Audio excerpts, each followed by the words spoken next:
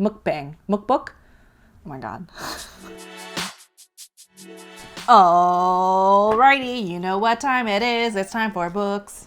Hello everyone, my name is Lisa and I'm the Viet vegan because I'm Viet and I'm vegan, and today we're going to be talking about the books that I read in January and the books that I'm planning on reading in February. If you don't already follow me on the Storygraph, I'm the Viet vegan there. I used to use Goodreads. I have an active profile still on Goodreads, active technically. I haven't updated it since I want to say like end of September.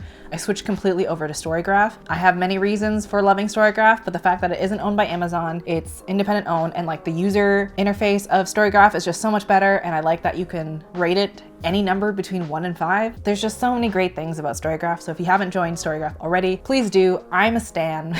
I've tried to convince all of my friends to join it. I'm pretty sure all of my friends who read now use Storygraph, so, you know, highly recommend that you switch over. Let's just talk about the books, shall we? I have all of the book covers that I read so far in January. Today is the 28th, so I still technically have 3 days left. I think I'm only gonna be reading one more book, and that would be Queenie. But anyway, let's get into the books that I read this year. I have like 2 other bookish videos if you wanna check those out. One is my top 10 books of 2020, and the other one is like an overall video of me rediscovering reading, how I got back into reading after like a 10-year reading slump, and like what I've been trying to read. I will first go into the books that I read in January. So today I'm filming this, it's on the 28th, so there's still technically 3 more days left of January, but by the time you see this, it'll be February. Doesn't even matter. I read 11 books, and I expect that I'll finish my 12th book by the end of the month. So the books that I read are all fiction. I have nonfiction books coming up in my TBR, but I don't know, I felt like January was just like the year where I just like dove in hard for reading fantasy and fiction books. So the first book that I read this year was A Court of Mist and Fury. So I read A Court of Thorns and Roses last year at the end of December, and there was like a 2 or 3 week long hold for A Court of Mist and Fury, and I kept getting the 3rd one, and I kept like trying to read that but like not understanding what was going on because I thought that it was the 2nd book. It was actually the 3rd book, so I was like spoiling myself, but I like didn't know what was happening enough to like have completely lost it. Oh my god, what a book to start the year. A Court of Mist and Fury is like by far my favorite book of all the series so far in A Court of Thorns and Roses. I can't say anything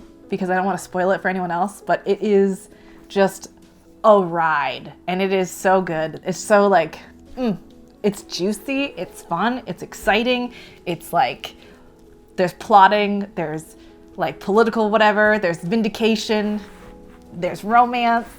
It's so fun. I loved this book. I have just leaned into the fact that I love female characters in fantasy, a little bit of, you know, sexy time. It's just a really, really, really good read. I really enjoyed it. Highly recommend. 5 stars for sure. The next book after that is A Court of Wings and Ruin, and I did end up reading that, but it took, so I pasted this in order that I read it. So I read it here, and this is 8 books later because it is a highly demanded book at my library. The next book that I had lined up was Moon of the Crusted Snow. I think that won an award last year, whatever year it came out. It is a beautiful and also haunting book. It is a weird book to be reading during a pandemic, but I loved it. It was beautiful, it was haunting, it was sad. Imagine like Walking Dead meets Station 11 meets Indigenous culture. It was a really interesting book, and I asked the author what happened during one of the things in the book, and he explained that it would be in the sequel. So now I know that there's a sequel, and I'm very excited for it. Definitely read Moon of the Crusted Snow. It is dark and it is depressing, and there is definitely a lot of stuff. I would recommend checking content warnings for any trigger content. Storygraph has all of those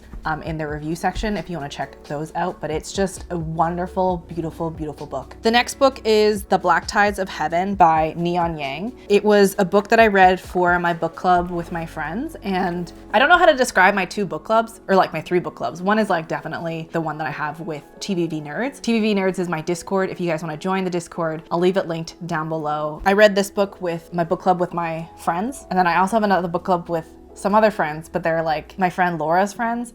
Laura's been actually on this channel before. I had her with her partner Mike on my channel. We were taste testing field roast corn dogs. So my book club with Laura, because it's not my book club, it's just Laura's book club, It's just book club. I don't know. The way that I have them in my calendar is one is book club with an exclamation mark because they just call themselves book club. And then the other is mukbang book gang because we would eat dinner and we'll talk about books. So it's mukbang book gang. It's kind of hard to say. So with the mukbang book gang book club, we read The Black Tides of Heaven by Neon Yang. It's very fast paced. There's like a lot of like time jumping happening in it, and it's a very short read and a very short book. I just really enjoyed the world. It is high fantasy, but it has like a very like Asian feeling to all of it. There's like elements of Chinese culture that are like embedded in there, but it's not explicitly Chinese. A really interesting world. There's like magic in it, but it's like related to like science and nature, which is kind of cool. I think my favorite thing in the world is that when you're born, you are born non-binary. All the children are non-binary and they're dressed in clothing that doesn't indicate what gender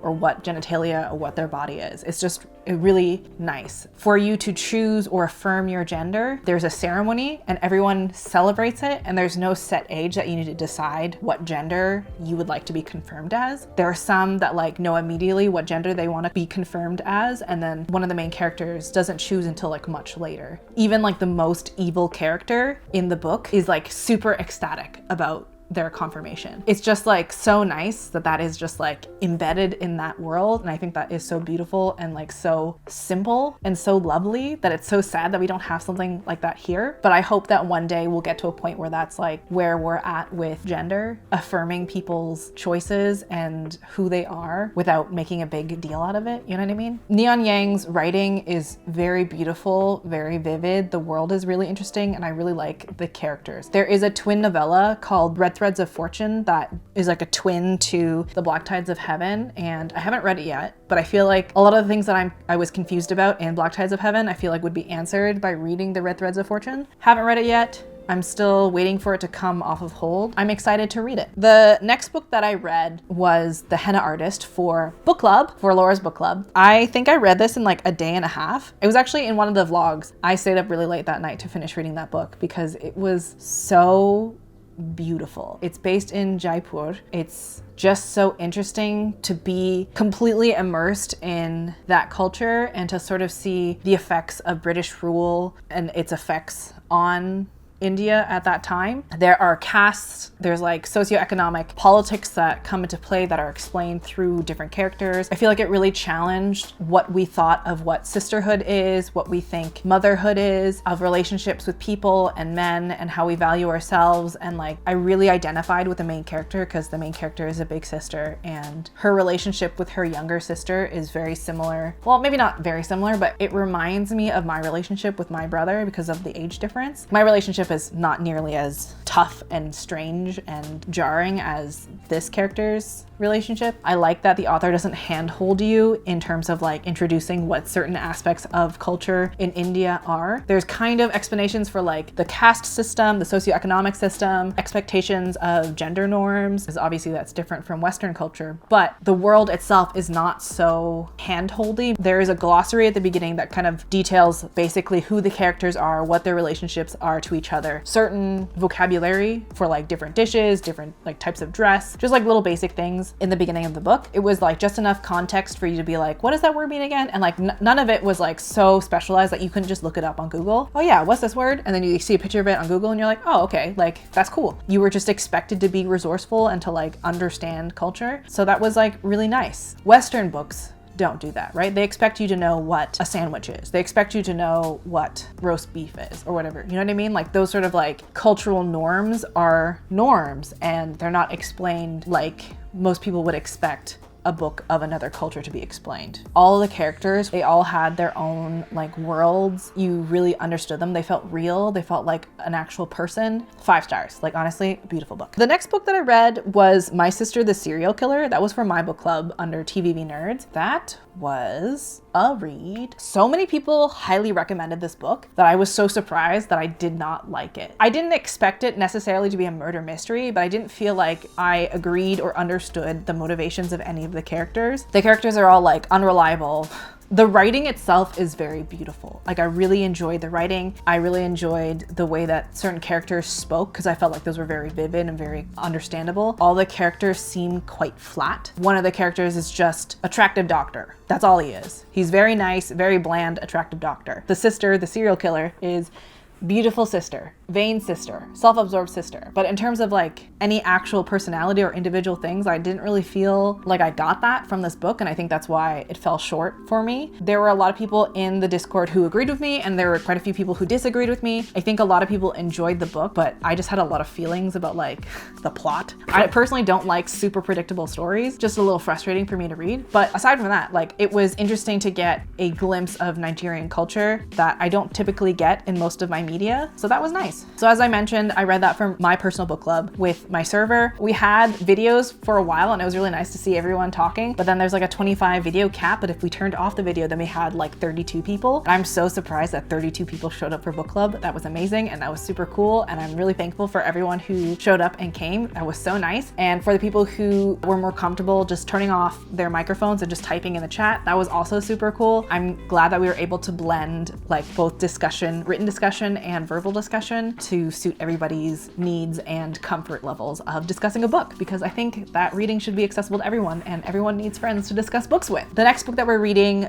for book club is Hood Feminism, which is a nonfiction book about feminism and anti-racism. And I'm about 25% through the book so far, and I really, really, really enjoy it. I'm listening to it as an audiobook, and I'm really glad that I am, because I feel like you really get a better sense of like the passion and like the fervor from Mickey Kendall. If you want to read that book and join us for discussion, I'll leave a link down below for my Discord. If you have trouble joining and you only see 2 channels and not 30 channels, then read the rules to the very end.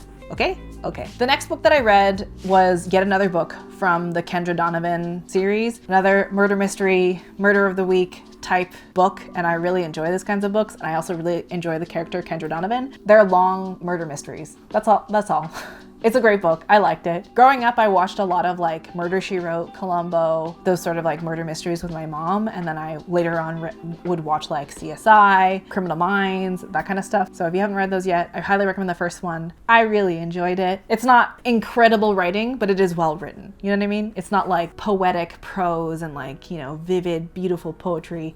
It's mostly plot driven, but I feel like the world is very vivid and very cool. The next book was The Water Dancer by Ta-Nehisi Coates. Wow. I listened to this as an audiobook and it was like 16 hours, but it was beautiful.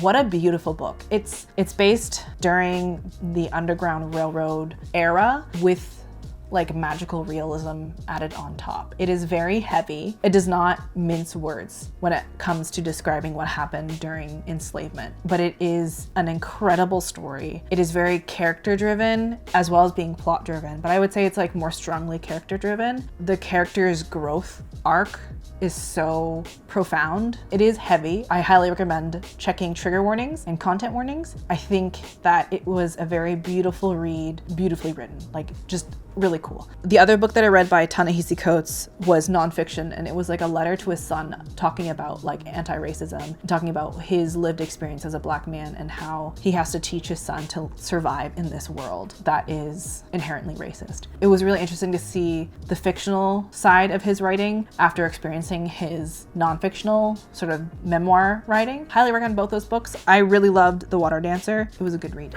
The next book that I read was Mistborn, or like The Final Empire, the first of the Mistborn series by Brandon Sanderson. So many people have recommended that I read Brandon Sanderson that I was like, oh my God, fine. So I read it and oh my God, it lives up to the hype. It's a really, really cool world. Great writing. It's written from the perspective of multiple characters, but one of the main characters is a 16-year-old-ish girl. Her exact age isn't quite explained. Sometimes I feel like male authors, especially like older white male authors, have a hard time writing female characters in a way that I'm like, that's very tired and very annoying. But I felt like Brandon Sanderson did a very good job with Vi, the character. I really sympathized and empathized with the character. and I felt like it would be similar to how I felt as a person. And as far as I know, I think he did like a lot of research and a lot of consultation to like embodying that character well. I really enjoyed the characters. I felt like all the characters were very well developed, very believable, very understandable, and so unique and so diverse in terms of personality. I really enjoyed it. Would recommend. If you like Star Wars, if you like Star Trek, and you like sort of dissecting like human politics, human rights, power, and political thought, that kind of stuff, I really enjoyed this. Plus, it's like fantasy, right? So there's like, you know, fantastical elements to it. So 5 out of 5. Really good. The next 3 books were more in the series that I had previously read. So I read A Court of Wings and Ruin, which I really enjoyed, but not as much as A Court of Mist and Fury, but still very, very good. I just really love that world. It's just so cool. The characters are so like juicy and you just like love them so much. Oh my God, what a good series. Oh, so good. And then I read A Court of Frost and Starlight, which is like a shorter novella within the world, but it's like A Court of Thorns and Roses is like a trilogy, and then there's like 2 other spin-off books that are included in that universe but aren't part of like the main arc. I really enjoyed A Court of Frost and Starlight because you kind of got more perspective into some of the other characters, and I'm really excited for the next book, which is A Court of Flames and something, but it's written from another character, one of the sisters of the main character. Her sort of backstory isn't really explained in any of the books. Like it is a little bit, but like she kind of comes off as standoffish. So I'm really interested to read that. And then the last book that I read up until now, which is not the end of January, is A Betrayal in Time. It's the 4th book of the Kendra Donovan series. Yet another murder mystery book, you know, murder of the week. Really enjoyed it. 4 stars, solid. Good writing. I know what I expected, although I did predict this one. I don't know, maybe I'm just getting better at them. And then the last book that I have that I'm going to be reading this month is Queenie. I've read like two pages, not even like a chapter. We start off with a bang. I look forward to finishing that. If you want to see like more detailed reviews from me, you can follow me on the Storygraph. I have my reviews on there. I don't review every single book that I read, but the ones that like I feel very strongly about, I review. Yeah, if you also have the Storygraph, feel free to leave your handles down below, because it's like the community aspect is not as easy to find other people like it is with Goodreads in terms of like finding your Facebook friends, because it's not integrated with Facebook. Leave your handles down below if you want other friends to follow you on Storygraph and if you want to follow other people. I have a bunch of books coming up. I was gonna print them all out. Our printer at home doesn't really work, so Eddie's been printing them at work, but he hasn't been in the office to print them, so I don't have all the things. But here are all the book covers of the books that I'm reading for next month. We have finalized the 3 books for my book clubs. So for book club, we're reading The Downstairs Girl, which I'm very excited about. It's been on my TBR for a while, but having it as a read for book club is making me more likely to read it. As I mentioned, I'm reading Hood Feminism right now through audiobook for my book club. Really enjoying it so far. And then the book that I'm reading for Mukbang Book Gang is Under the Rainbow. I don't really know a whole lot about it, but there is queer representation in it. So last year I like made more of a focus to center and prioritize Black voices. So that was like my priority last year, and that's still something that I'm going to be prioritizing moving forward. But I also want to include more queer voices and more Asian voices in my reading. Also Indigenous, but like I sort of had Indigenous books as like on my TBR for like the last little while. So that's always been something that's been on my list to read. Yeah, I feel like I don't have enough queer representation in my reading, and I think that is something that I want more of, especially because like I'm not super involved with my local queer community. My goal is to read 100 books this year. This month I think I read 11 books so far, and I'm on track to read 12 by the end of this month. Who knows if I will be able to continue this momentum, but I feel like I'm at like a pretty steady pace of like a book every 3 to 4 days. I feel like I'm on track. I'm ahead of my goal so far for 100 books this year. So yeah, anyway, I hope you enjoyed this very long video about books. If you have any opinions on any of the books that I've read, if you agree, disagree, feel free to let me know down below. Let me know if there are other books that you have in the TBR that are similar to mine, and let me know of your recommendations. A bunch of your recommendations have led me to pick my next pick for book club. So for my book club next month, for March, we'll be reading Hollow Kingdom, which I'm very excited about. I have Prairie of the Orange Tree on my TBR. I have Blood and Ash on my TBR. I have like a bunch of those books on hold, so I will be reading them as soon as I get them. Anyway, I hope you enjoyed this video. If you did, give it a like, subscribe for more occasional book content, but mostly food and lifestyle content. And I hope you have a wonderful day. Normally I say a delicious day, but you know what? I want you to have a wonderful day. I hope it is also delicious. Anyway, thanks so much for watching. Bye. Why is there so much beeping and stuff happening right now? I don't understand. If you have any thoughts of any of the books that I read, sorry.